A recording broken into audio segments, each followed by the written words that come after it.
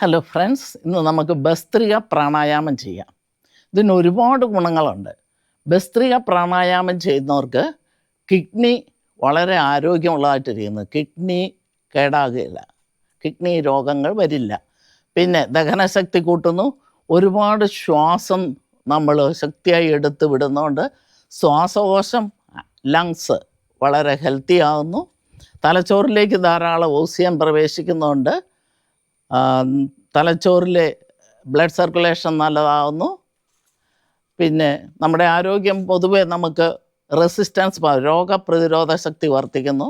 നമ്മുടെ endocrine glance, അതായത് കൂടുതലായിട്ട് പിറ്റ്യൂട്ടറിയെയും പീനിയൽ ഗ്രന്ഥിയെയും ആക്റ്റീവ് ആക്കുന്നു.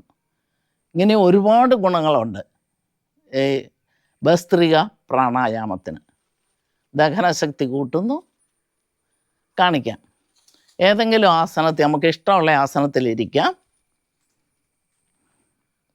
പ്രായം ചെന്നവർക്ക് ഇതുപോലെ കസേരകളിൽ വേണേലിരിക്കാം. അല്ലാത്തവർക്ക് അർത്ഥവജ്രാസനം, വജ്രാസനം, സ്വസ്ഥമായിട്ടിരിക്കാൻ പറ്റുന്ന ഏതെങ്കിലും ആസനത്തിൽ ഇരിക്കണം. നട്ടെല്ല് നിവർത്തിയിരിക്കണം. കൈകൾ ചുരുട്ടി, ഈ ചുരുട്ടിയ കൈ ഇങ്ങനെ മുമ്പോട്ടാക്കി മടക്കി വിരൽ നമ്മുടെ ചെസ്റ്റിന് ഇരുവശത്തായിട്ട് വെക്കുക. എന്നിട്ട് ശക്തിയോടെ ശ്വാസം എടുത്ത്, ആദ്യം ഒന്ന് ശക്തിയോടെ ശ്വാസം എടുത്ത് പുറത്തോട്ട് വിടണം. പിന്നെ ശക്തിയായി ശ്വാസം എടുത്ത് വിരലുകൾ മേൽപോട്ടാക്കി കൈകൾ ഉയർത്തണം, തലയ്ക്ക് മേളിൽ ഉയർത്തണം. അത് കഴിഞ്ഞ് ശക്തിയായി ശ്വാസം മൂക്കിക്കൂടെ വിട്ടുകൊണ്ട് കൈകൾ ഇവിടെ തന്നെ കൊണ്ടുവന്ന് വെക്കുക.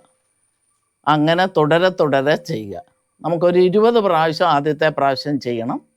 അത് പിന്നെ ഓരോ ദിവസവും 3 സെക്കൻഡ് കഴിഞ്ഞിട്ട്, ഓരോ ദിവസം കഴിയും തോറും 3 സെക്കൻഡ് റെസ്റ്റ് കൊടുത്തിട്ട് പിന്നെ 40 ആക്കാം, പിന്നെ 80 ആക്കാം. അങ്ങനെ നമുക്ക് ഇത് ആവർത്തിക്കുന്നതിൻ്റെ നമ്പേഴ്സ് കൂട്ടാം. കാണിക്കാം. കൈകളിങ്ങനെ വെക്കുക. എന്നിട്ട് ശ്വാസം ആദ്യം ഒന്ന് എടുത്ത് വിടുക. നട്ടെല്ല് നേരെ ആയിരിക്കണം. എന്നിട്ട് ശ്വാസം ശക്തിയായി എടുത്തുകൊണ്ട് കൈവിരലുകൾ മേലോട്ട് വെക്കണം.